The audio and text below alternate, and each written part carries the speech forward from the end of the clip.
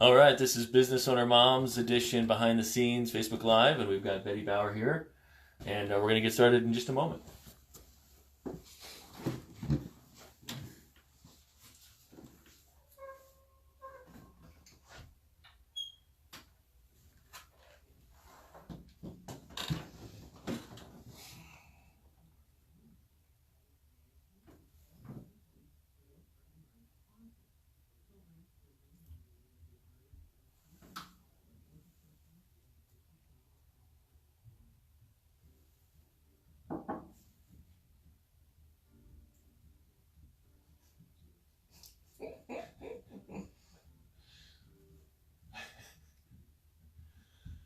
This is Time for Success, Business Owner Moms. So welcome again. We look at what does success mean for us as business owners, as family people, and in every aspect of life, and how do we achieve those? How do we achieve all those aspects? So today we've got Betty Bauer. She is an independent agent with the Healthcare Solutions team.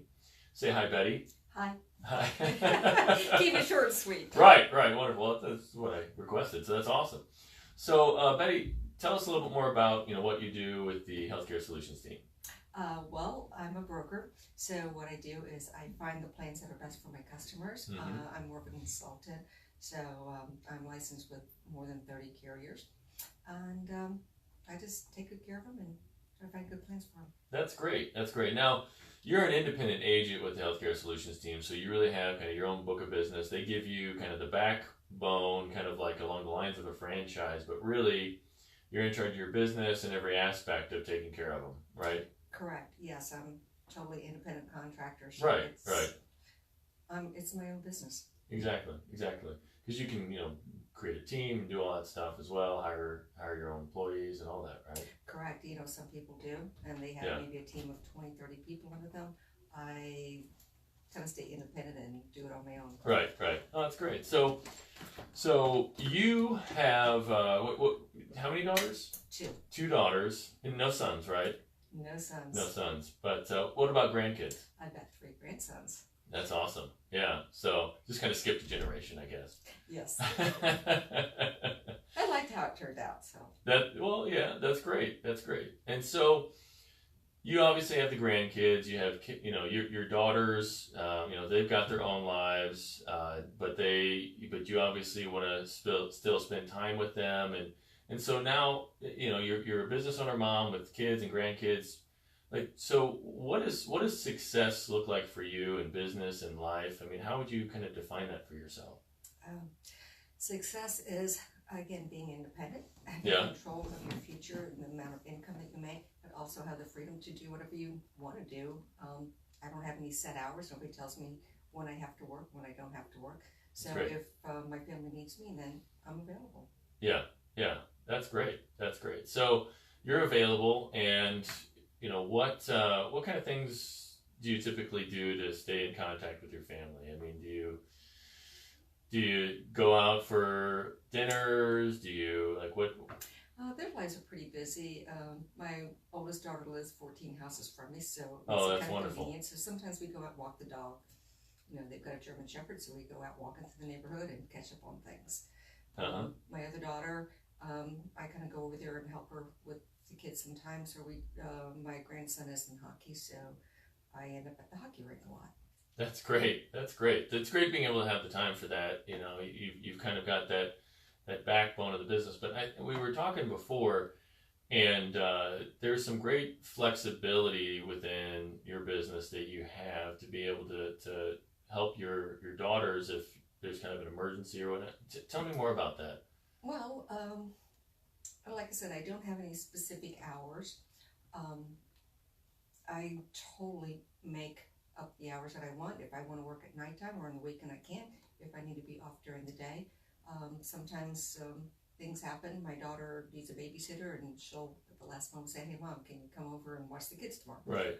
That's fine. It doesn't affect my business. I can take my computer over. I can work, or if I just want to take the day off, it doesn't really, impact my income.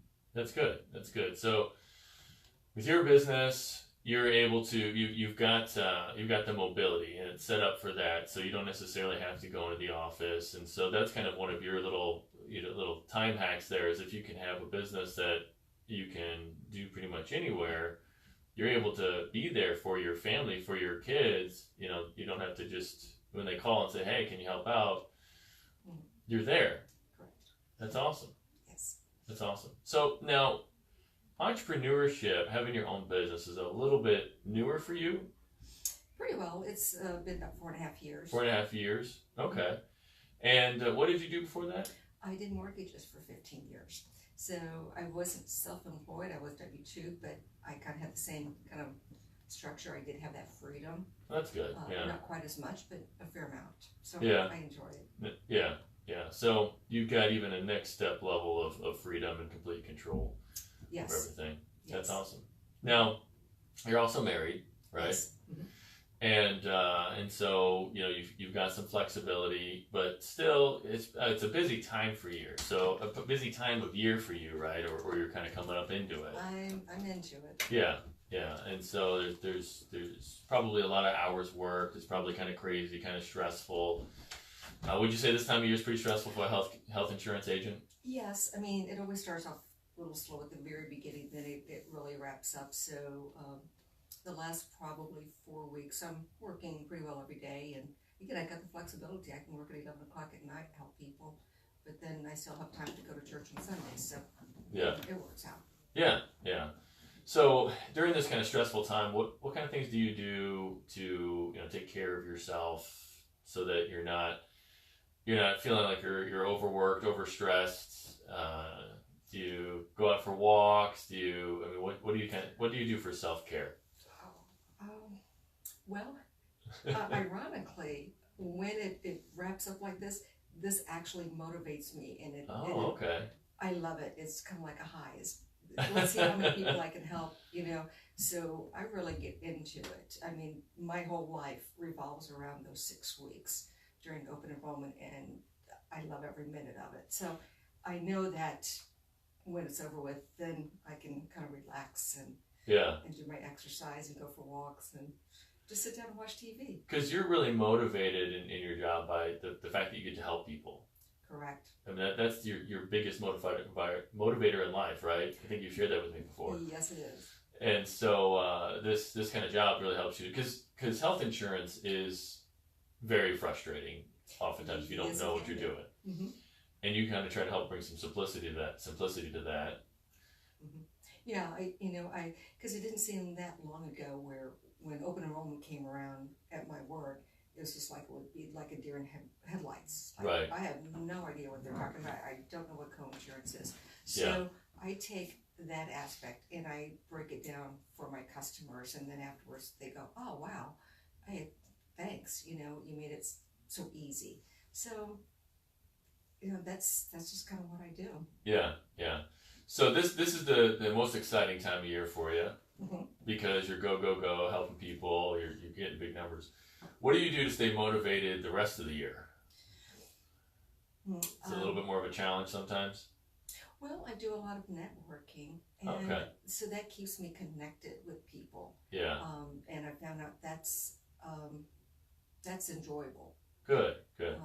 So yeah, otherwise, if it was just making phone calls or whatever, it would be kind of boring. But just going out talking to people, you never know when somebody needs health insurance, they've lost their job or whatever. So that keeps me in contact. Good. So networking is helpful for you. I mean, and you like to help people, so you then get motivated by giving referrals and connecting people, other people as well? Yes. Good.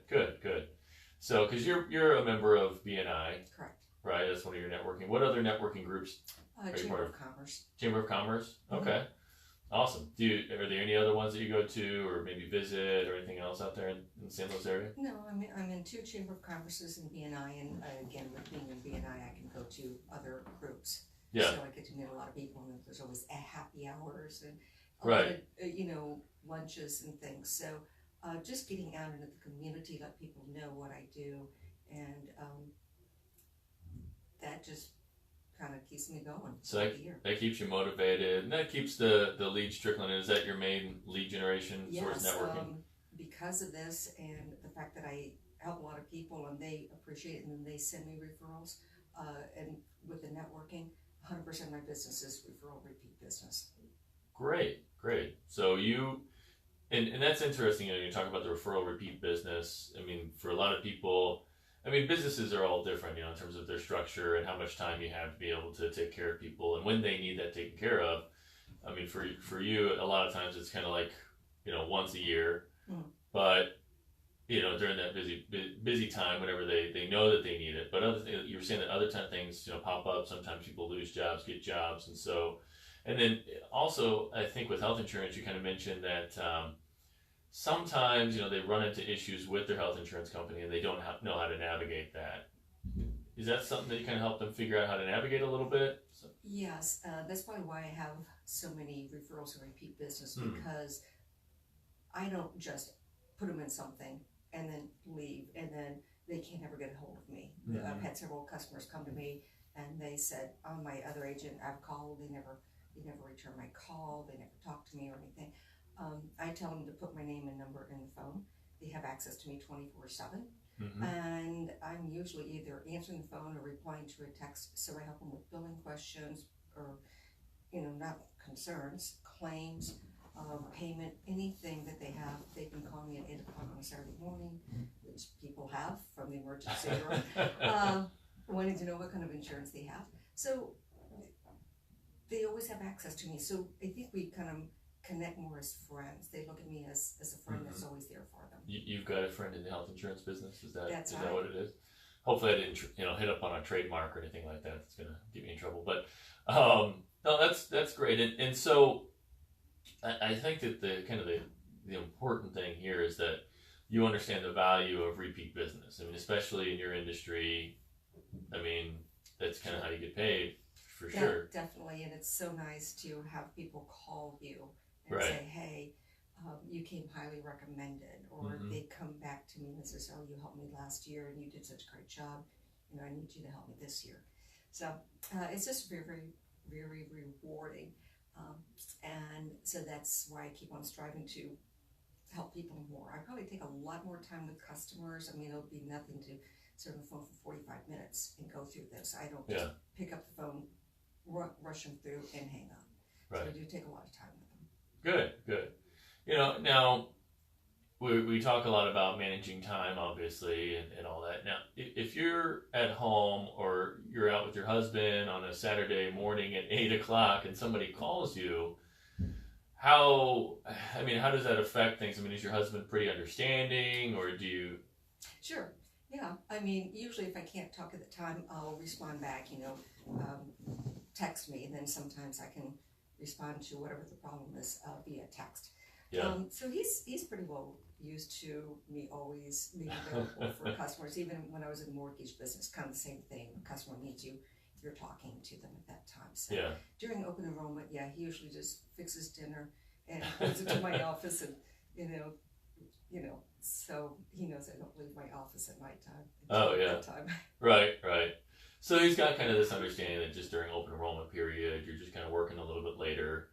But do you guys make time on the weekends to do things together as well? I mean, kind of prioritize that? Yeah. I mean, there's a lot of times that, outside of open enrollment, I don't usually work on the weekends. Right. It's usually just during open enrollment. Okay. I might get a call here or there on the weekends, but it definitely gives me, freedom. Right. So being able to kind of balance it out, the rest of the year you're able to really protect the weekends more. Just during a certain period of year that you're just really busy, and that's great that he understands that, because I mean, sometimes in relationships, they spouses don't necessarily always understand that. What was it difficult in the beginning, or I mean, you said that you did it kind of in mortgage as well, but did you have kind of big busy seasons in mortgage, or? No, not really. Mortgages is, it's kind of like a up and down cycle. 1 month could be really busy, next month could be dead. Yeah. It took a while for him to kind of get used to me being on the phone, and then he realized that's my job. Right. So he's gotten over it. Of course, having a larger paycheck helps. Right. Well, yeah, I'm sure he appreciates that as well. Yeah, it allows you kind of do more fun things. Mm-hmm. Oh, so. For sure. You can go on vacation for a week, and you still have a paycheck. Yeah. Which is nice. So, when we look at success, look at the bigger picture, do you do things like bring your daughters and their kids on vacation with you, or do you do special getaways with them, or what kind of things do you do you just have them over on the weekends, or? Yeah, a lot of times I have the younger grandkids over on the weekend. Everybody, my oldest grandson, at 14, they don't really want to be around grandparents, so they have their own little thing. And we don't usually do big things. Just big things. It's just the little things. It's the little spending time with them. That's great. That's great. Well, it's great being able to have them so close and having the freedom, because a lot of grandparents, especially these days, people have been working a lot longer than they thought they might be. Because retirements in 2008 were kind of washed out. But it's having your own business and your own book of business and being able to control your time the way that you do. You still get you still have great income for your family, but you still have that great flexibility to be able to spend time with the grandkids. Something that a lot of grandparents these days are probably kind of missing out on. Right. Yeah, I count myself very fortunate because in reality, even though it's spread out throughout the week, if I was to break it down, I probably only work maybe 30 hours a week. It just seems like I'm working a lot more because it's just kind of spread out. But to make good money and to only have to work 30 hours a week and have that flexibility, I feel very blessed. Yeah, so it's great being able to, there's a lot of people who buy into franchises, or they'll work with a company that gives them kind of that backbone for them to be able to work remotely. So that's worked out really well for you, especially since you're driven by helping people. So you look at every application, every health insurance policy that you close, all that is extremely motivating for you, and just drives you to for the next one, right? Yeah. So yeah, it sounds like for you, there's probably other grandparents who, again, maybe they're working jobs that they're just tired of, but you just started this position 4 years ago? A little over 4 years ago. Right, and you've had phenomenal success with it. And what would you say has really been kind of the biggest contributor to your success? Not only the fact that my customers really feel like I care, which I do. Yeah.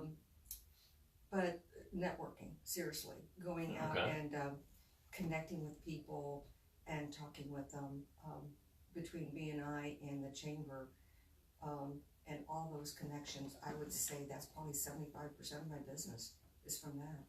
So for maybe even the grandparents or anybody, or moms or whatever that might be looking at trying to start a business, you've had a lot of success in networking. People might be afraid of like cold calls and whatnot, so they might not enjoy that aspect of it. They might shy away from it. But with networking, you're able to connect with people, maintain relationships, develop friendships, and it's worked really well for your business. How do you make the most of your networking? Are there any like secrets that you have?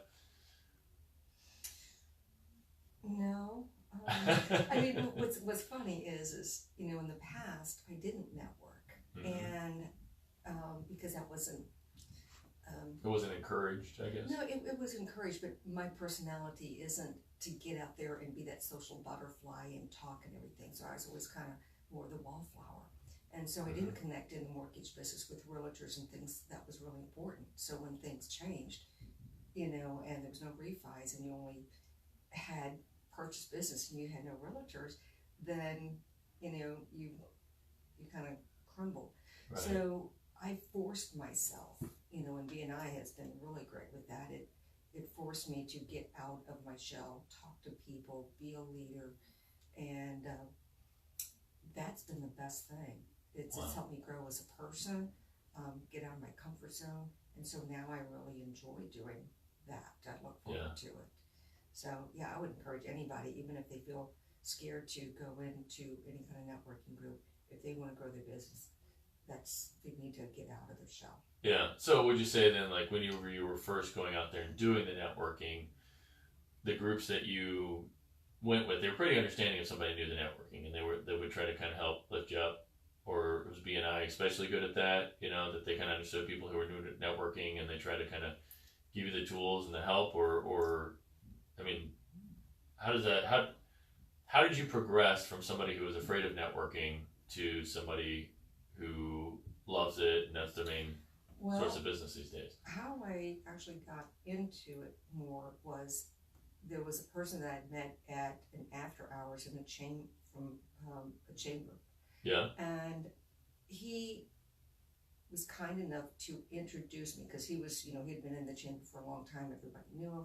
So he would introduce me to all these people, says, this is Betty, she does health insurance, she's great, and then once I started getting those couple connections, so when I went to a networking group, I knew a few people. I wasn't just, there's 50 people and I didn't know anybody.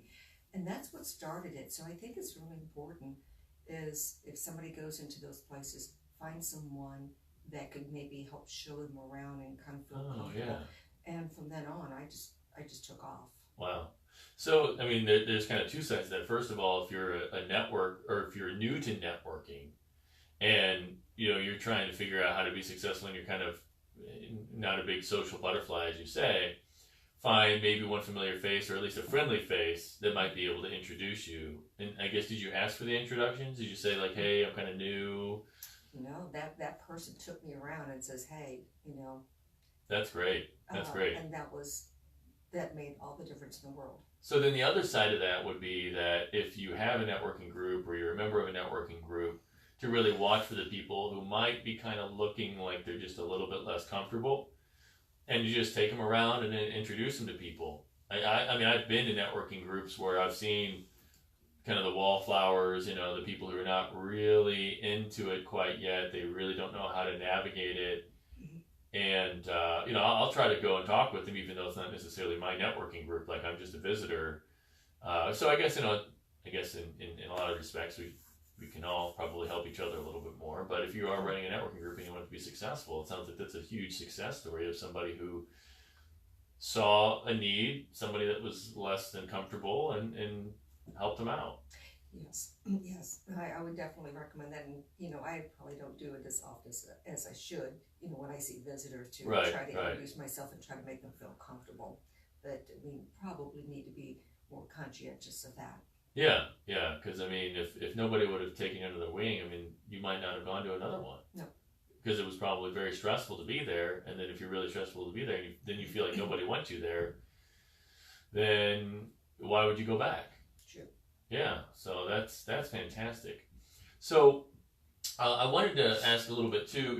A big part of this is obviously helping business owners understand what can help them to really use their time more wisely. And on the most recent Business Owner Dads, you talked about, you figure out kind of what your time is worth in your business and what your income is worth, and you pay somebody to do the things that you don't want to do as long as it's less than your hourly time. It's kind of how you can roughly estimate whether or not you should outsource it.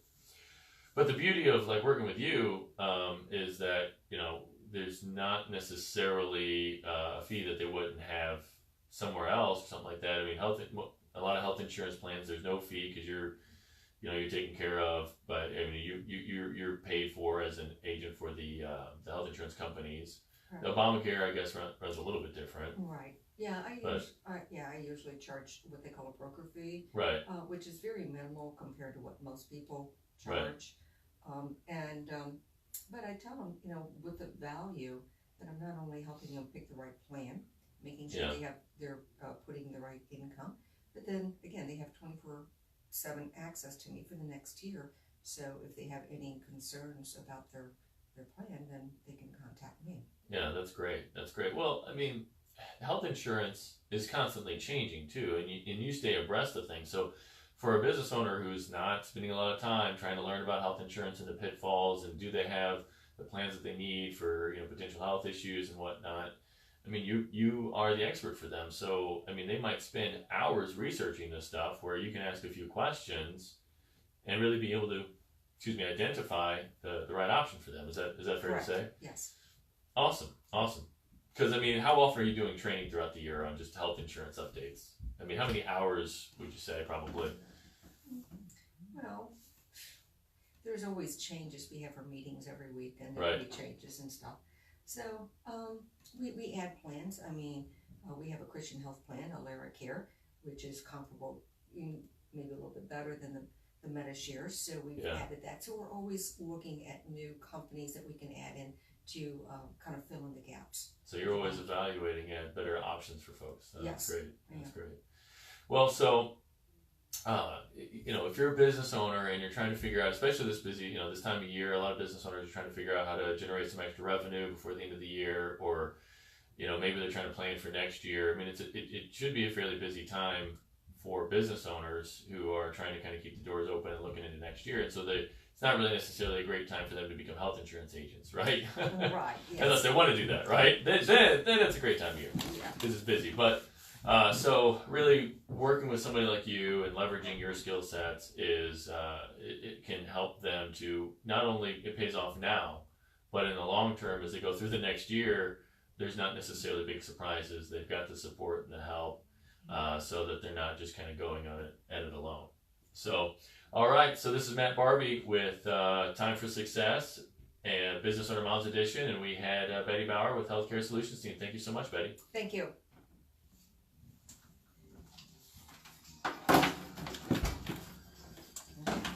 All right. Thank you, everybody in Facebook land.